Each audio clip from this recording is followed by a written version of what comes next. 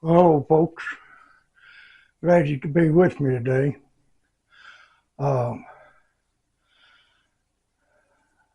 Give you an idea of what's happening. The last video I done was on a rifle that I built for myself, and I couldn't get the delay set to where it would work. I had it set on 2 seconds, and it was at the start of the film, it was all right. And then later on, and about 2 minutes into it, it was as much as 7 or 8 seconds off, maybe even 10, I don't know. But it didn't work. And I went ahead and finished the video, and I looked at it on TV to see if it had worked. And nobody could even understand what I was talking about unless they had it on where it would put the writing down what I was saying. And even that was garbled at times. So I'm going to take that one down, and I'll do another one on that rifle at a later date. And I'm not going to do any more live until I can figure out why it's doing what it's doing. Because I've had my grandson look at it and he can't figure it out, and I just don't know. And I'm a little hoarse. I had a little bit of flu last week, and my voice is weak and a little bit hoarse. But anyhow, I'm going to do another rifle today and tell you about it, and we'll go from there, and we'll do this one. It's going to be about a Remington 700 BDL chambered in 22-250, and I'll get it up here and tell you about it. I bought this rifle for my son back in while he was still 4 or 5 years old, because I knew that it was going to be a lot more expensive if I wait until the time that he was old enough to shoot it. And he got in trouble financially and pawned it, along with a bunch of tools and stuff. I went and got them out of pawn, and I said, from now on, the weapon's mine. I've had to pay for it twice. I bought this rifle for a little over $450. I don't know the exact figure. It's a little over $450. And when he pawned it, and he told me that the time was out on it, I had to pay $500 to get it back. So it became my weapon. And I'm going to leave it to his son, Dylan, when I pass away. But it's 22-250 heavy barrel. Now, after I got it, I glass bedded the whole stock and used it on several shooting matches, which I won several with it. And it's a beautiful weapon. It was back when they made them good, early, late 60s and early 70s. And it's got heavy barrel, and it's got a 1/8 minute of angle on it. In other words, one click at 100 yards is 1/8 of an inch on the movement of the reticle. And at 200 yards, you got a 1/4 inch movement. But you can precisely zero it in a lot better than you can a 1/4 inch minute angle. And it's a lot better scopes when you buy a 1/8 of an inch. They're hard to find because all companies don't make them. But when you get one, it's usually pretty tactical or a precision varmint scope or target scope for match.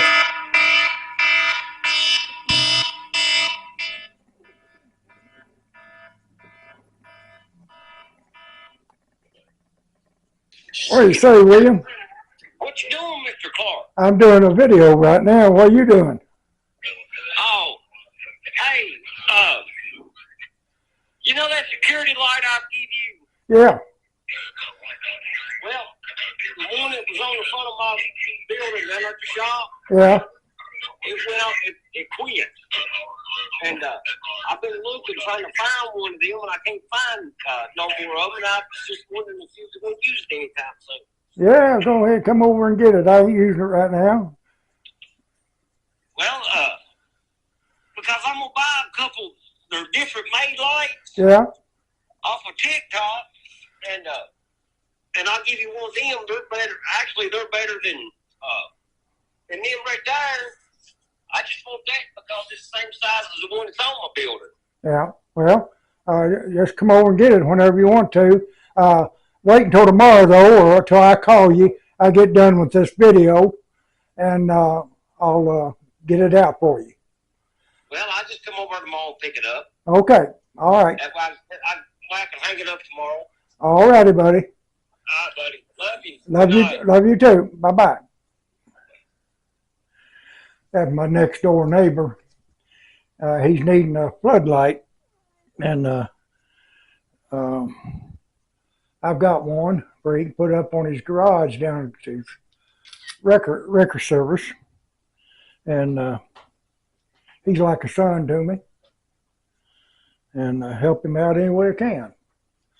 But anyhow, like I was saying, a 1/8 or a 1/8 inch minute of angle at 100 yards is more precision than a 1/4 inch.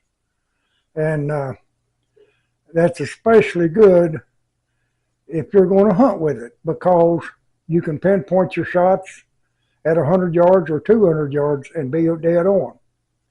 And it's the same way on both vertical and horizontal. So this particular scope here is an AR scope. I've never had a problem with them, and I put them through hell. And this one is a tactical scope, and I can, at 100 yards, I can shoot 3/8 group with them. And of course, now here again, I use one shot to kill a deer. I don't mess around with running shots or anything, because you don't need to do that. If you know, if you shoot a deer running, you're going to have to track it in most cases. So why do it? Wait till it starts, or wait for another one. But that's your privilege, whichever way you want to do it. But me, I don't like to track them, because I like them to fall right where they're shot at. And my grandson does the same way. That's the way I taught him. And the main thing about zeroing these rifles in is, first of all, wait for a clear day where there's no wind, because if you zero in the wind, you're having to use sometimes maybe a full value on your scope. And once you zero that in, you don't know actually where the scope is for a true zero. So wait till a day when it's not windy. A 3 or 4 mile an hour wind ain't going to hurt at 100 yards. And when you shoot, put at least 10 minutes between shots and let that barrel cool. Why do you do that? Because you're going to, if you use one shot to kill a deer, your barrel is going to be cold when you shoot that deer. That's a guaranteed fact, because if you're hunting in hunting season, it's going to be a cool barrel when you shoot it. And if you zero it, shooting one shot right after another and that barrel ain't cooled off, you're not going to shoot a 3/8 group. You might get close to it, and you might do it once in a while, but you zero the way you're going to be shooting. Now, if you shoot on a day when it's not windy and you get a good group, the way I'm telling you, you can go to the range in a tournament and you can shoot fast and still be on target just about every time and shoot good groups. You'll be in the bull if you know how to shoot for competition. And that's all three positions, standing, prone, or on the ground. And I've shot a standing position at 200 yards. Now this is with open sights, armed sights, and a peep sight on this particular gun, because the scopes weren't allowed on this particular competition. And I, out of 100 points, I dropped 5 points on that particular shoot and won the trophy. And shame that you don't get money for it. But in those shoots, you don't. Not the one I was doing. Just get a trophy, and that's all. And it's the fun and camaraderie that you're after anyhow. And I got a lot of good friends that shoot. But I've heard some of the boys talk about a 1/4 inch group and 3/8 group at 100 yards. And some of them do it once in a while, but most generally, when they get that 3/8 group, they've shot 4 or 5 different targets before they get that one. And I've seen some boys shoot with both eyes open, and they're the ones that gets the good group. If you close your left or your right eye when you're aiming, you cut off almost 20% or 30% of your vision. And if you don't believe that, just close your left eye and hold your right one open if you're right-eyed, if your right eye is your master, and you see how much dimmer it gets. Or same way with the right eye. If you got a left eye, it's master eye, close your right eye and see how much dimmer it gets.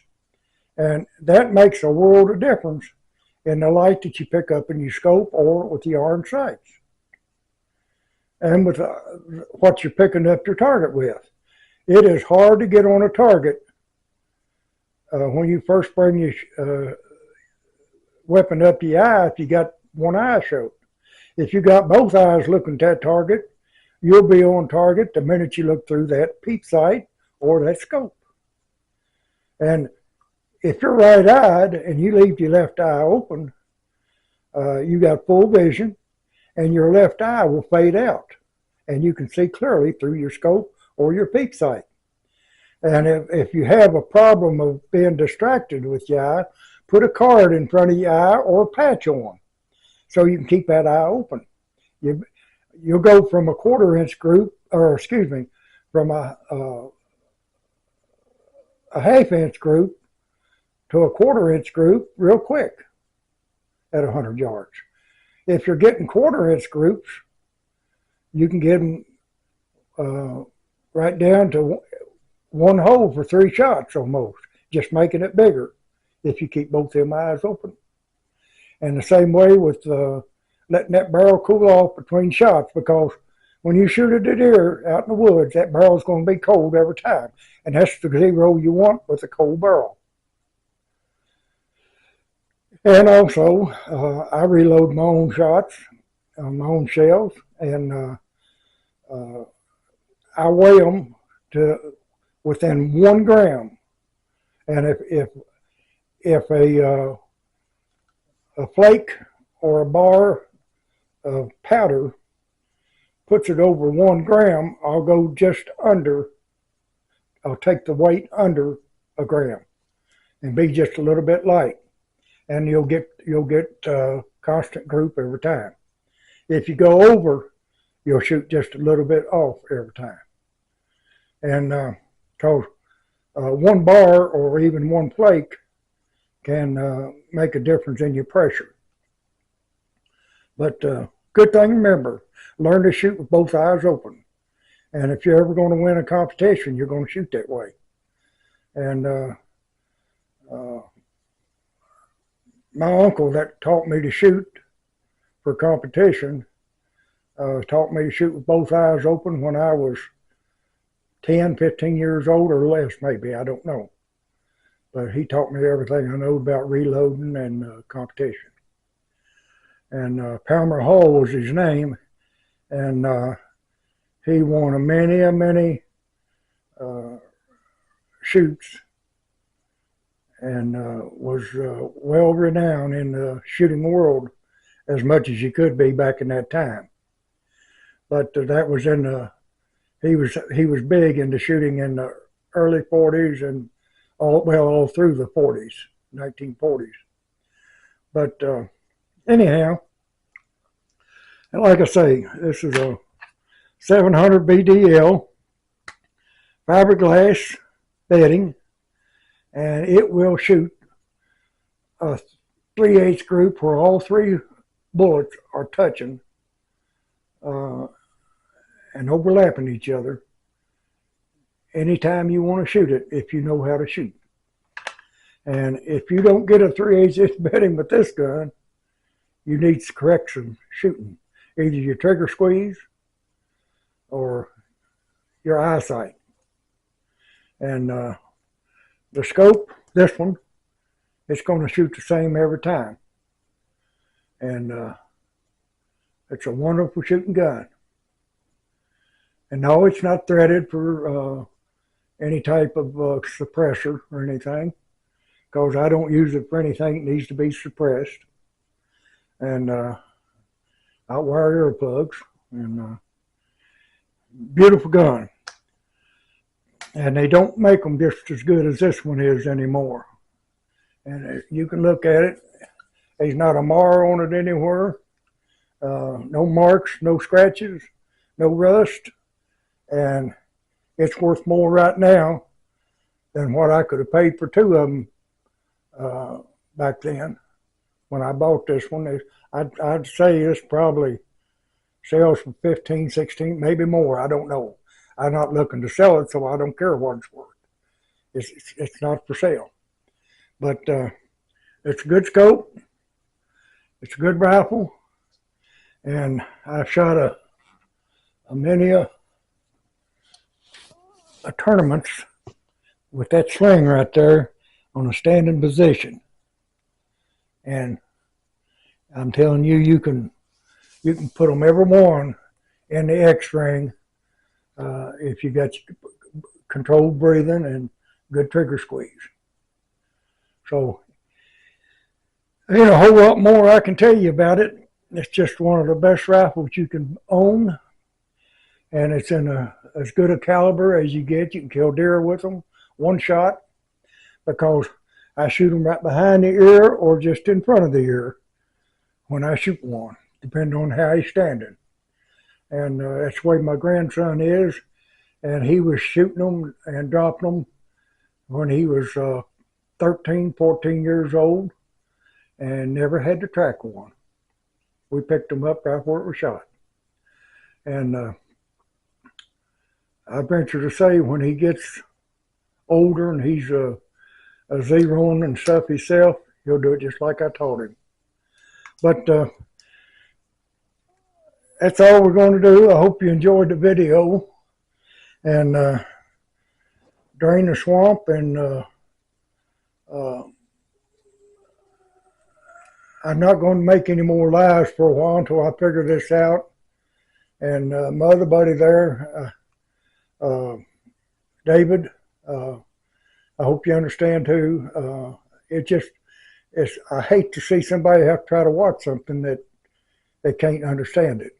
And so I'm going to take that one down and redo it like this one here, and you'll be able to understand it and appreciate it, because it was on the first weapon that I ever made, and I can show you my mistakes on it, and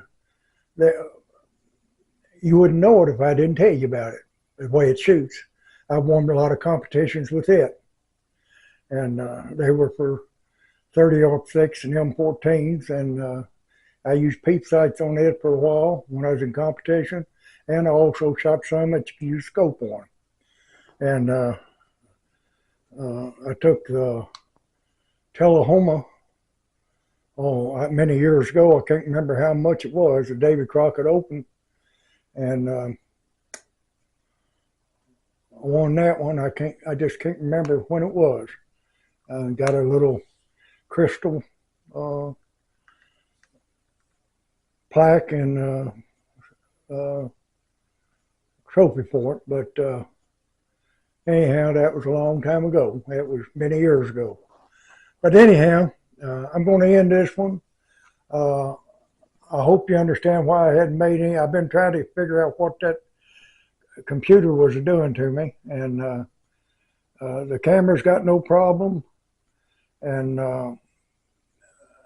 the camera that I use in the computer's not got a problem, because it worked on another computer. And of course, I ain't gonna go buy a computer just for that, because I ain't made no money to where I can afford to do that and justify it. But because we got to get 1,000 followers on YouTube before we can do anything like that. And so bear with me. I hope you enjoyed this one, and we'll talk to you on the next one. Good day to you, and God bless you, and He will if you let Him. And we'll see you on the next one.